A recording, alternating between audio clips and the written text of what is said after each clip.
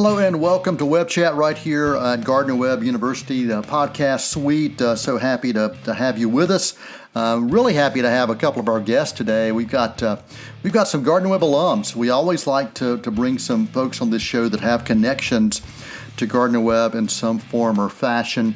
And our guest today, I will say this, we had a trustee recommend you guys. So when you have a Gardner-Webb trustee say, hey, you need to contact these guys, well, the next day you contact those guys. That's what you do. So Mike and Eli, so good to have you, and we appreciate you being with us here and talk about your journey, your Gardner-Webb journey, and your journey beyond, which kind of started with your connections to the web. So appreciate you being here.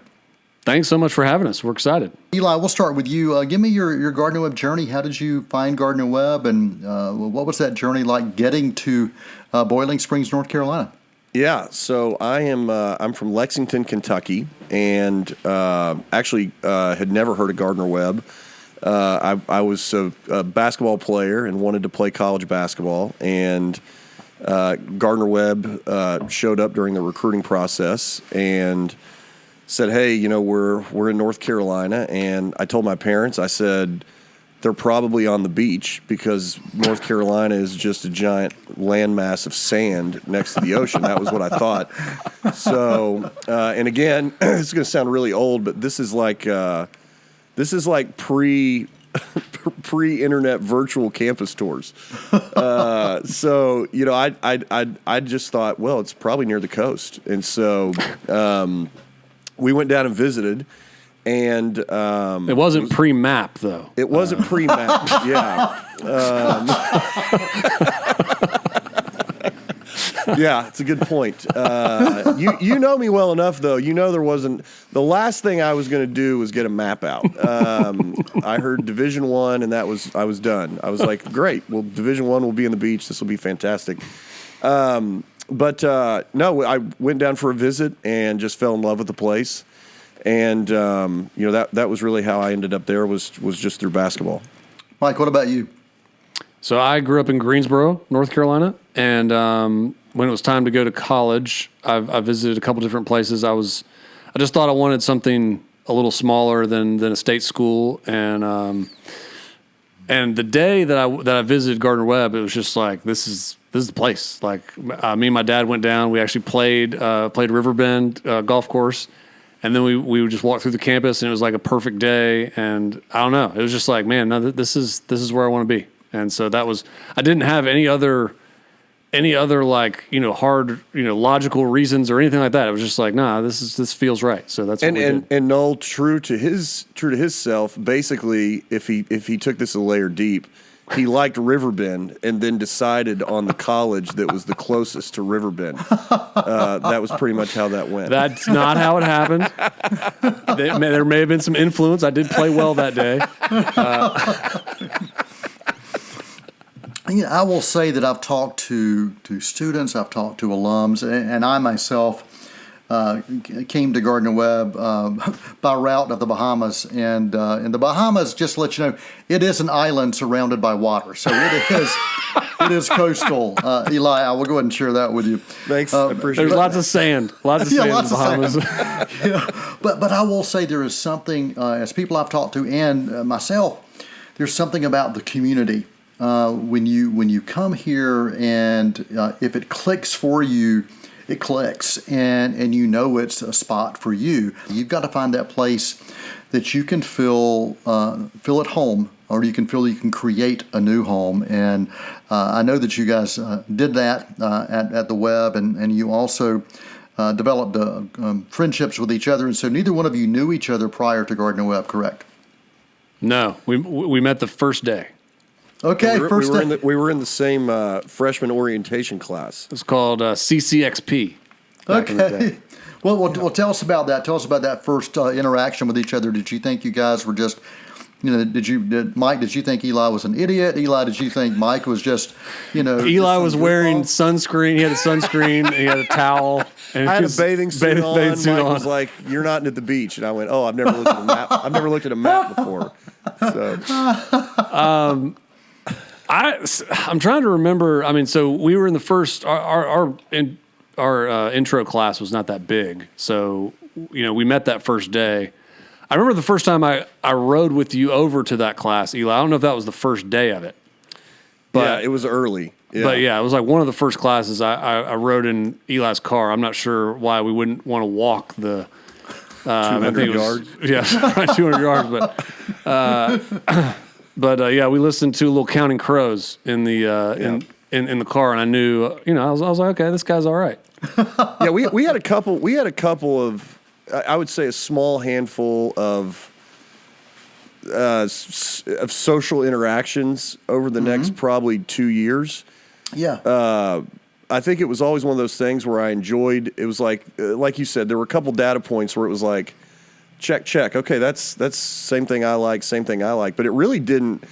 It didn't really take off until our junior year. We happened to have a Spanish class with a professor that's still there, I believe, Teresa Phillips, who was an awesome professor, and we just had a blast in her class, and she fully embraced our unique personalities and stupidity is another word. Stupidity is a better way to say it. But she kind of allowed us to. I guess our stupidity didn't completely interfere with the class too much, but that was really where we hit it off, and it hit off very, very quickly, and we ended up having that class. I think it was the second half of junior year, yeah.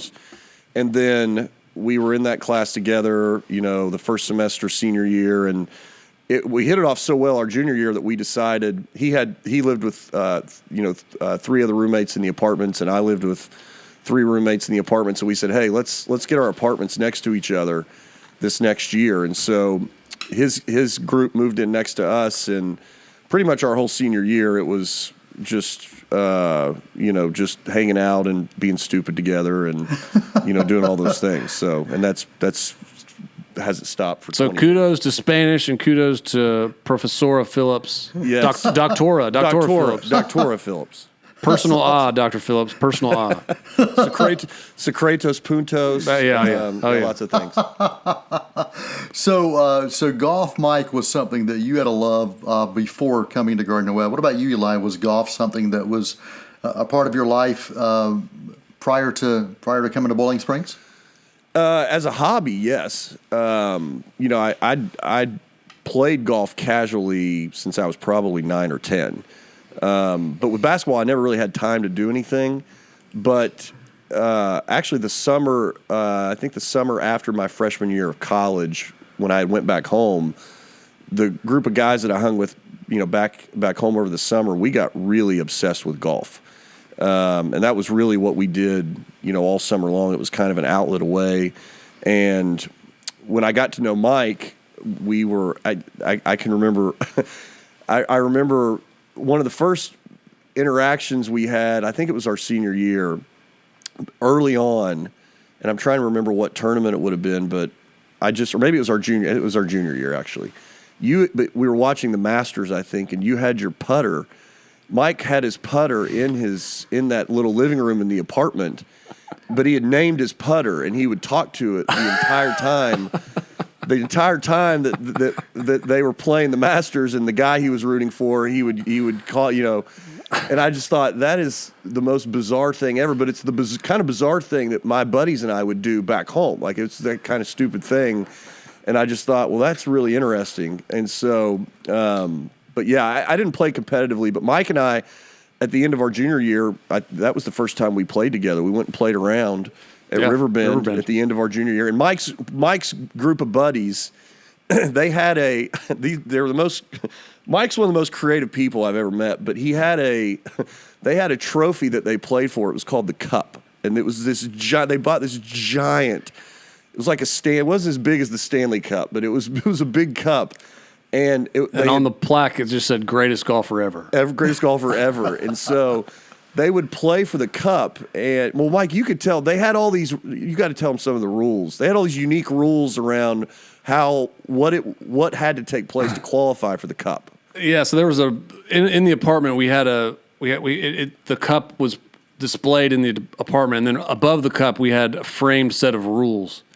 And I don't remember all the rules were ridiculous, but I just remember the first one is that the cup should be honored and revered at all times. That's my favorite rule ever. But you had to have for the cup to be it was like for the cup to be up for grabs. You had to have it was like a quorum. I mean, you had to have a certain number of people that were in our kind of like group, and yeah, it was fun. But that was what we spent many an afternoon at Riverbend after class. Not we didn't skip class. We went to class. That's true.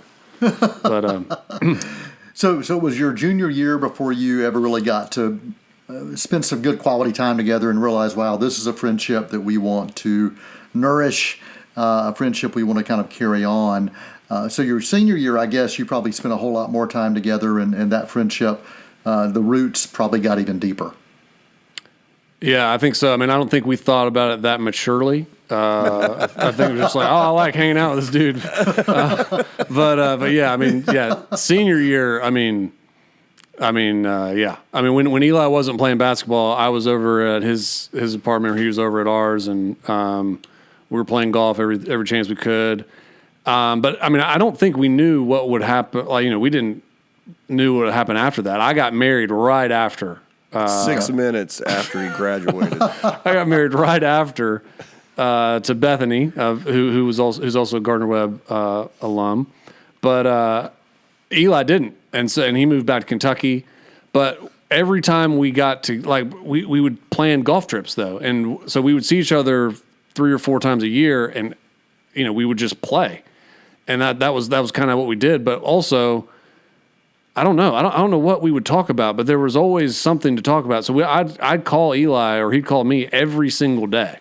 Really? After college. Yeah. It was like on our commutes on our way to work, or, I can't remember exactly, how that started, but it was like, it just became a commonplace. It's like, oh yeah. Well, or like I'd come home, Bethany, and be like, what'd you talk to Eli about today? It wasn't like, did you talk to Eli? Yeah. It's like, what did y'all talk about?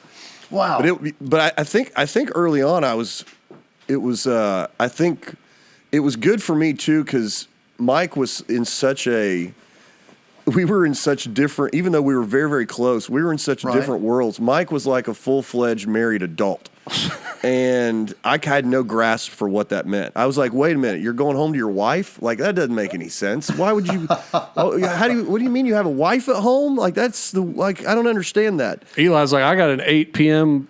Xbox tournament I'm playing in. I was like, I got to go to the driving range here in like an hour, and then I don't know. I'm just going to order pizza and watch basketball. I don't know what do you mean you're going home to your wife? But we've had, essentially, and I really mean this, with a very small sampling of misses, but for 20 plus years, we essentially have talked every day. Wow. Almost. Yeah. Yeah. Wow. And it's just a part of my routine now. It's like, I get in the car in the morning and I call you, and then we text during the day, and then, but I think that's what made the show, when you think about the show, people are like, well, how do you come up with content ideas? We're like, content ideas? This is just the same nonsense we've been talking about for 20 years. Like, we don't have any content ideas. We're just recording the same conversation we've had for 20 years. Whether you all like it or not is a whole different thing. It's the same thing we've been doing. Well, your friendship has developed into a family. You guys are, I think you would probably say that you're both part of each other's family. Yeah, it's true. Well, I think it's... My daughter knows Eli as Uncle Eli. Yeah. And our, it's funny, both of our wives are Gardner-Webb alum, and, we did scheme. There was some heavy, because obviously I got married a couple years after Mike. I think I got married 4 years after you did, something like that. And, but there was some very heavy scheming when I was dating my wife, because I said, look, it's not a possibility for this relationship to exist and not be close with your wife. I was like, but I don't know how, because they didn't know each other when they went to school. So Mike and I schemed. They barely knew each other. Yeah, they barely. I think Mike and I Bethany schemed, was her RA at one point. Oh, okay. Oh, that's right. That's right. But Mike and I schemed in a very clear and deliberate way. We actually had a term for it. We called it classing it up. But we said we got it. But we would arrange these get-togethers and basically force the fact that this common relationship was going to happen. But fortunately, they may be closer than we are. We didn't have to do much. There wasn't a whole lot of good. forcing, but we vacation. I'm like the four of us vacation now. I mean, with kids, without kids. Mike's come up and caddied and played basketball with my kids and showed up at AAU tournaments and it's just family. So yeah. Well, let's talk about the Chasing Scratch podcast. Talk about the development of that. Where did that idea come from? You guys have mentioned that you just continue to talk to each other for 20 plus years, and so talk about this podcast idea and. It's just really been, it's expanded probably beyond what you thought it would be. I mean, you've been featured on golf.com and Golf Digest and so many other places. So talk about the genesis of the Chasing Scratch podcast. Yeah.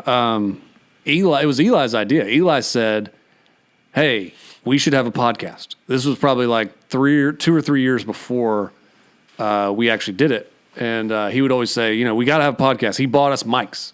I got a mic in the mail one day, and I was like, "What is this?" He was like, "We're gonna have a podcast one day."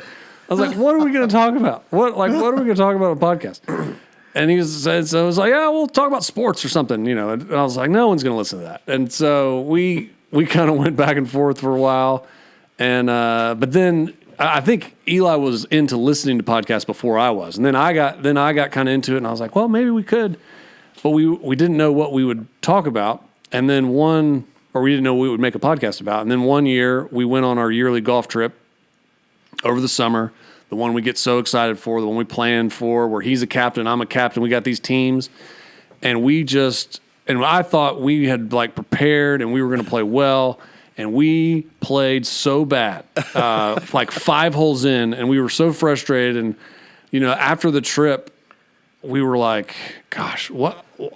This has got to stop happening. Every year we go on this golf trip, we think we're going to play good, and 3 holes in, it's clear we suck, and everything comes down, and so we were kind of at the point, his kids were really young, my daughter was really young. You have a little bit of free time, and we kind of just said, well, what if we just try to get better? But we really tried to get better. No more basketball leagues, no more.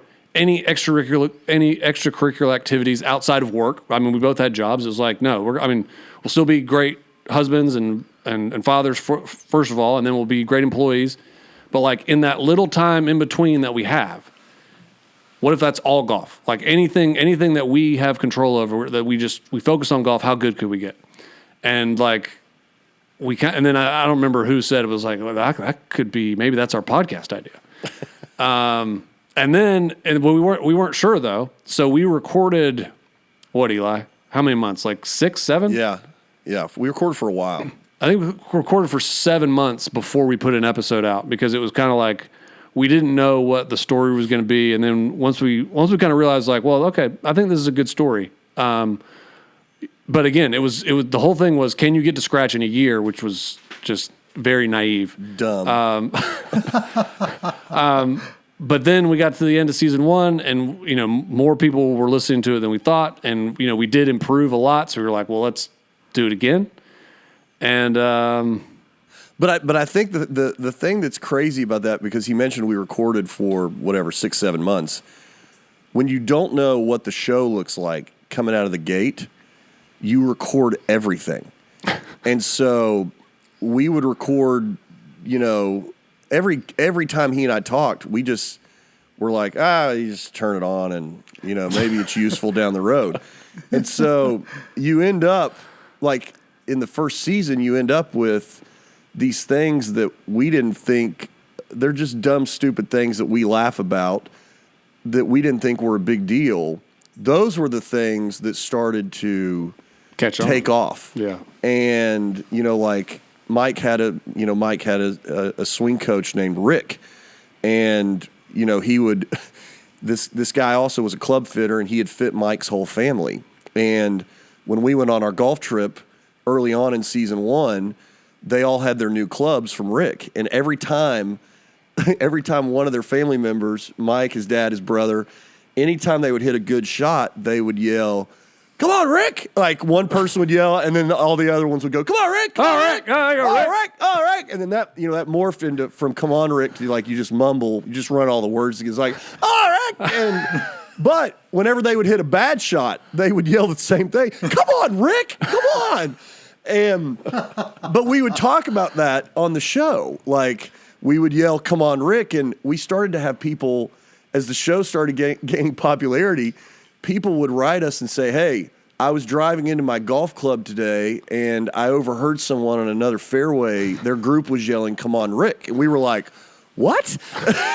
Wow. What in the world? But it was that kind of stuff in addition to just golf, like just the complete nonsense stuff that we almost didn't even put in the show. Yeah. That it's the dumb stuff that he and I've been laughing about for 20 years, that kind of humor. That's the stuff that's really come alongside of the golf, that people have kind of gotten hooked on, which is so crazy. So when did you realize that this was catching on beyond, your friends and family and just people that you knew? When was that moment? Do you remember? Was there a particular show or a particular? Yeah. Okay, go for it. Yeah. Eli, you know this one. Oh yeah, I know the exact moment. The first couple episodes, probably the first 2 or 3, we can look at, you know how it works. I mean, you can look at your podcast data, and, we probably had 75, 100 downloads. I don't know what the number was, but, we Which knew was more than we thought. We were we were happy with that. But we were like, oh, there's Bobby in Charlotte, and there's Dave out in California, and there's Mike in Chicago. And it was like we knew if it was 75 downloads, we pretty much knew who they all were, as friends and family. And we'd put an episode out a couple days later. We'd check the downloads, and it was very modest. And I remember one particular weekend, I went and played, and I was driving home, or I was driving to the course maybe, and I checked the downloads, and it had like safely. It was at a stoplight. I was not driving and texting, but our downloads had skyrocketed. I mean, thousands of downloads, and I thought, well, that's odd, because it had happened in like the last hour. And I thought, well, that's really strange. Okay.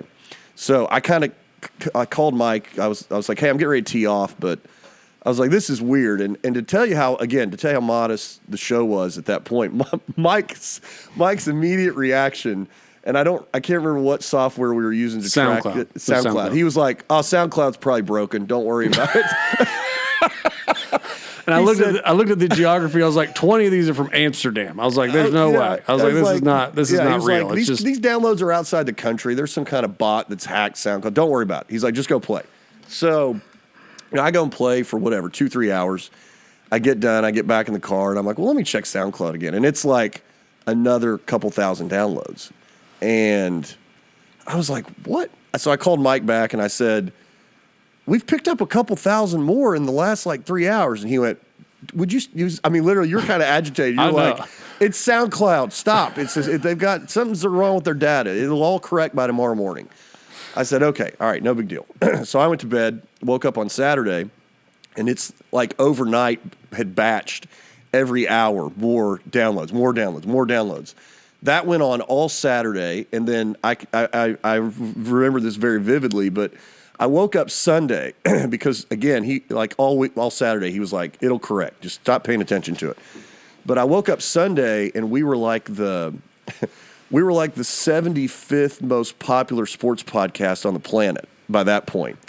And we were ahead of a bunch of ESPN shows. And I was like, okay, something's not right here. That's when I realized. I was like, okay, maybe something happened. Yeah, but it was like, there's been 3 days of this. SoundCloud is a big company. They would have fixed this earlier. And Mike was finally like, okay, maybe this is, but we couldn't figure out what was going on. And I don't remember when it happened. It had to have been right around that day or the next day. But somebody had got onto Reddit that's a listener, and they had posted that we had, that they loved the show. You should check it out. And it just kind of hit it kind of hit a golf, channel or thread or whatever, and that was it. And it just kind of there's been periods, where different people have promoted the show and it's kind of taken another step up. But that was really the first people like the show moment. Yeah. Well, you mentioned the international component of this, of people taking note of it, and you've been able to travel internationally and take listeners with you, and that's because of the podcast. Talk about that. I think Ireland, is that right? No, so that's been amazing. But yeah, I mean, the international component, that was something again that just was never even a thought. Like that was never even on the radar. But I mean, we have a lot of Canadian listeners, a lot of Australian listeners, and then a lot in the Western Europe, Western Europe areas as well. So, that's just been a blessing. We would never have thought that. But yeah, the ability to travel. This will be our second time in Ireland. We thought about going someplace else, but we loved it so much, and there's so much more of the country to explore that we were like, well, let's just go back again. Well, in Ireland, there's a lot of green. There's a lot of green in Ireland, so a lot of green, a lot of golf obsessed people too. So it fits well. Yeah. So, what's your greatest enjoyment of interacting with listeners? You've talked about your friendships, but I know you've developed relationships with those who follow your show as well. Well, I would say we have a group of supporters that we started like a Patreon that you could support the show a few years ago. It's called the Velcro. It was something that we would have never done by ourselves. Listeners were asking for it, and so we did it. And what's become so cool about it is we know all those people. We know so many of those people now personally, and like. And they help. They help with help us with different parts of the show that have grown. Like we do events now, about 4 events a year, and so I have 2 buddies that I'd never known that I talk to almost every day because they're always helping me plan the next event that we're doing. So, but we've had so many friendships that have started based on that group, and I think we would say that's by far the best thing that's happened. Mm-hmm. Is just getting to meet that group of people. Every event that we have is kind of our favorite time of the year. Just being able to hang out with it's a group of such kind people, and yeah, so that's just a lot of fun. Eli, I don't know if you want to add anything to that. Well, yeah, I mean, I think you've hit the main thing. It's just the friendships that have come out of it. The group's been amazing, but even just we've been fortunate enough along the way to have some.